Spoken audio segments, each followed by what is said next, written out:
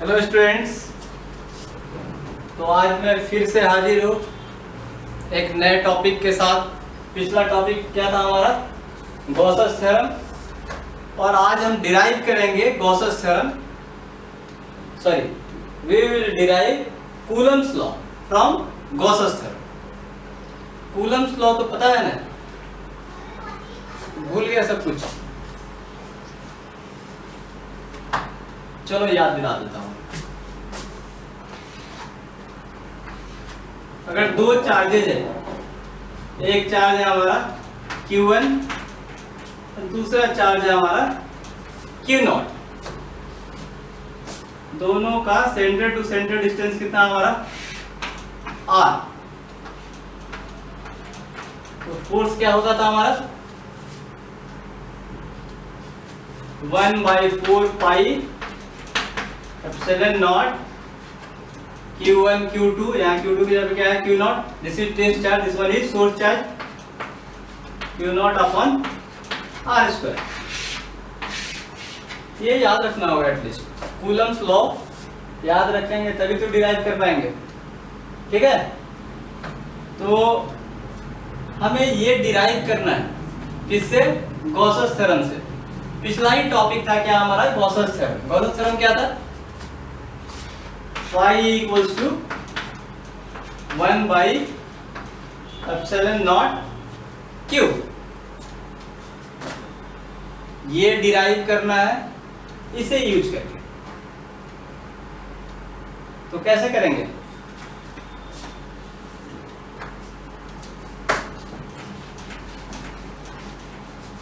तो similar to Gauss's theorem,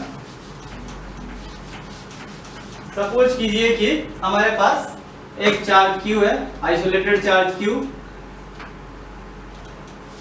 और एक गॉसियन सरफेस में कंसीडर कर लेता हूं ऐसे।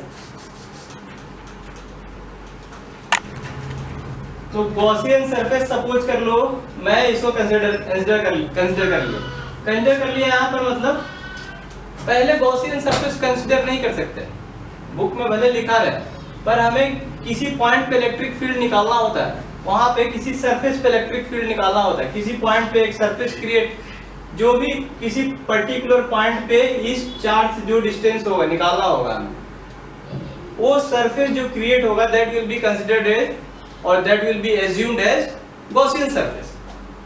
तो यहाँ पर मान लिया मैं एक गॉसियन सरफेस है जिसका ये स्फेरिकल है, रेडियस इसका r, सपोज कर लो रेडियस क्या है इसका r। तो पिछले टॉपिक में बताया था एक छोटा सा एरिया में कंसीडर कर लिया,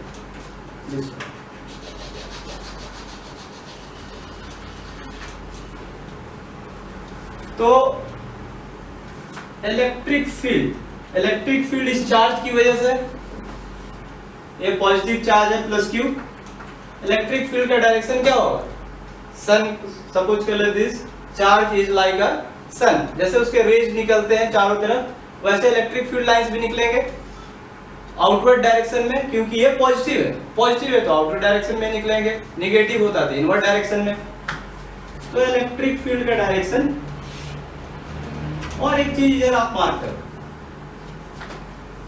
कोई भी अगर एक सिंगल पॉइंट है, अगर rays electric field lines rays की तरह अगर निकल रहा है तो एक पर्टिकुलर रेडियस पे उस सरफेस पे, मतलब इस सरफेस का बात कर रहा हूं, इलेक्ट्रिक फील्ड क्या होगा? सिमेट्रिक होगा, that will be electric field will be same everywhere at distance r from this Q, ठीक है?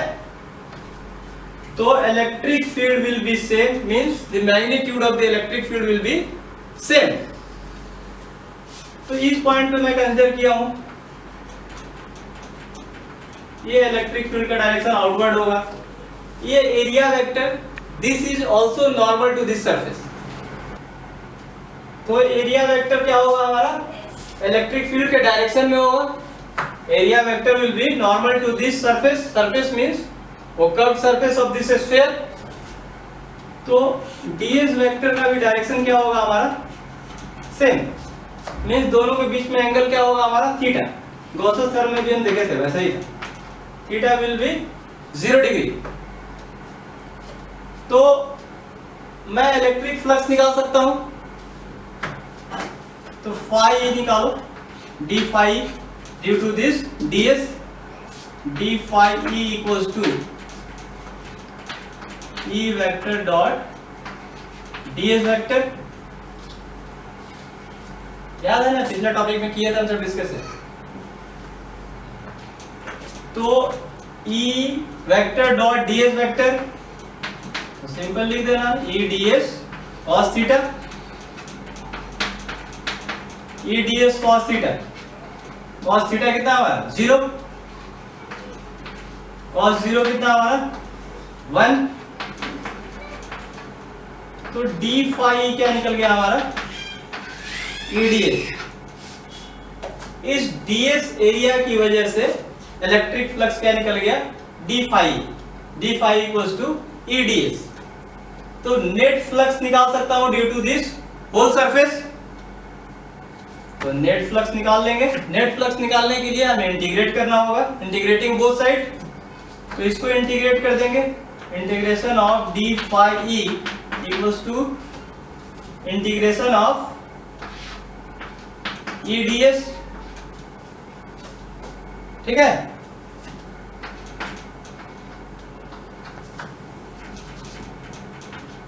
अब इलेक्ट्रिक फील्ड में बताया क्या, this is symmetric around this charge Q, तो इलेक्ट्रिक फील्ड को E को बाहर निकाल लिया, इंटीग्रेशन ऑफ ds,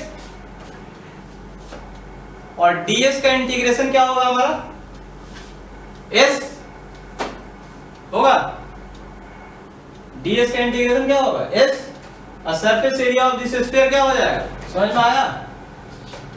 तो दोनों साइड इंटीग्रेट कर दिया, integration of d phi E, integration of E d S.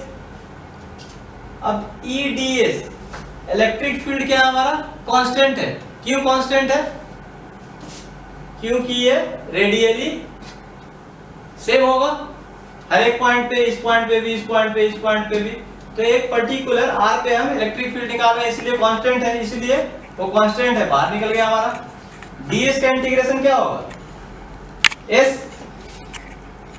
ds का इंटीग्रेशन क्या होगा s, और surface area of this sphere क्या होगा हमारा 4 पाई आर स्क्वायर, लिख दो 4 pi are square. D phi का इंटीग्रेशन क्या हो जाएगा हमारा फाई, नहीं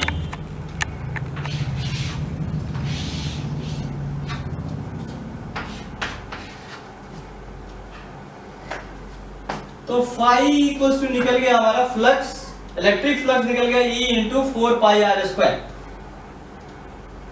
और phi electric flux by the definition of by Gauss's theorem हम क्या पढ़े हैं, phi equals to 1 by epsilon naught times q. तो लिख लीजिए यूजिंग गॉसस थ्योरम,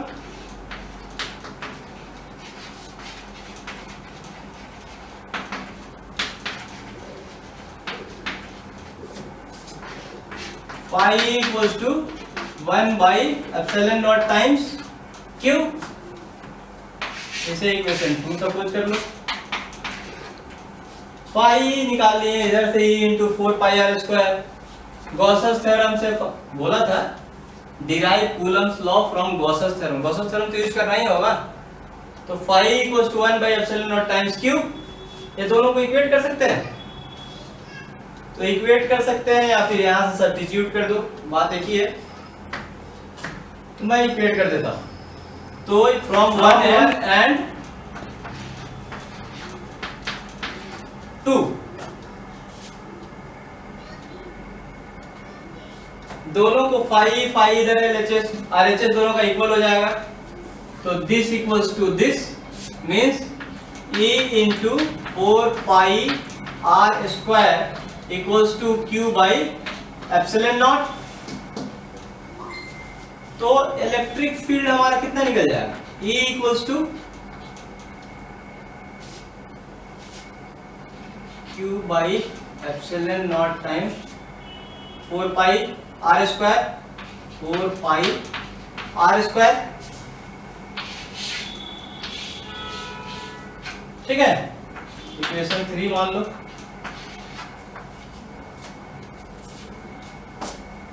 ठीक है, तो इलेक्ट्रिक फील्ड निकल गया हमारा एट दिस पॉइंट। अभी हमें क्या करना है, कूलम्स लॉ लाना है। कूलम्स लॉ अभी तक आया नहीं, इलेक्ट्रिक फील्ड निकाल दिए by using Gauss's theorem. Gauss's theorem क्या था, phi = 1/ε0 q, और ये इतना तो हम गॉसेस थ्योरम डिराइव करते समय भी किए थे, phi = e × 4πr²। ठीक है, दोनों को इक्वेट करके इलेक्ट्रिक फील्ड का इक्वेशन निकाल दिए at this point on the surface of this, on this surface, Gaussian surface. ठीक है, सपोज कर लो एक यहाँ पे चार्ज कोई Q0 है, that Q0 is present on the surface of this sphere। तो अगर कोई यहाँ पे Q0 चार्ज है, this Q0 charge will experience a force due to the electric field of plus Q। तो हमें डिफिनेशन पता ही है, the force experienced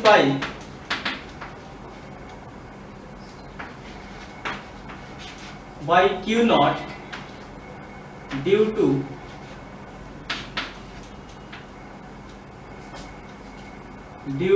plus Q charge on surface of sphere क्या होगा हमारा, F = Q0 E, the force experienced by the Q0 charge due to the electric field of plus Q। बार बार हम ये use कर रहे हैं, टॉर्क के दौरान भी यूज किए थे। F = Q0 E, E = क्या होगा, F/Q0। इलेक्ट्रिक फील्ड का डिफिनेशन है हमारा, E = क्या है, फोर्स पर यूनिट चार्ज। तो F = क्या हो जाएगा, Q0 E। तो Q0 E या E × Q0, तो Q0 E कितना है हमारा, Q by 1/4πε0 Q/r², 1/4πε0 Q/r²। अगर इसे प्रॉपर्ली अरेंज कर लो कितना हो जाएगा, 1/4πε0 Q0/r²। यही तो था Coulomb's law. Hence Coulomb's law is derived using Gauss's theorem।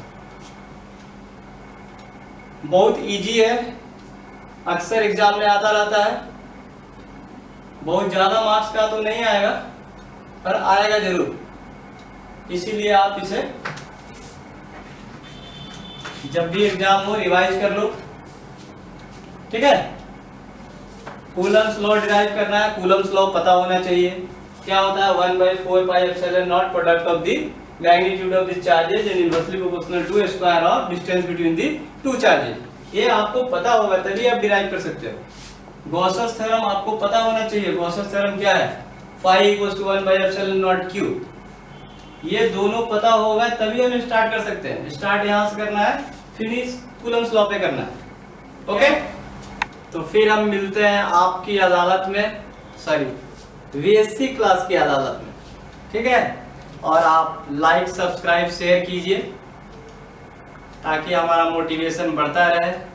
और कोई डाउट हो तो मैं डिस्क्रिप्शन में अपना नंबर डाल दूंगा, WhatsApp number, you can call me, you can message me your doubts. और भी कुछ जानकारी चाहिए तो आप मैसेज कर सकते हो, कमेंट में लिख सकते हो। Thank you.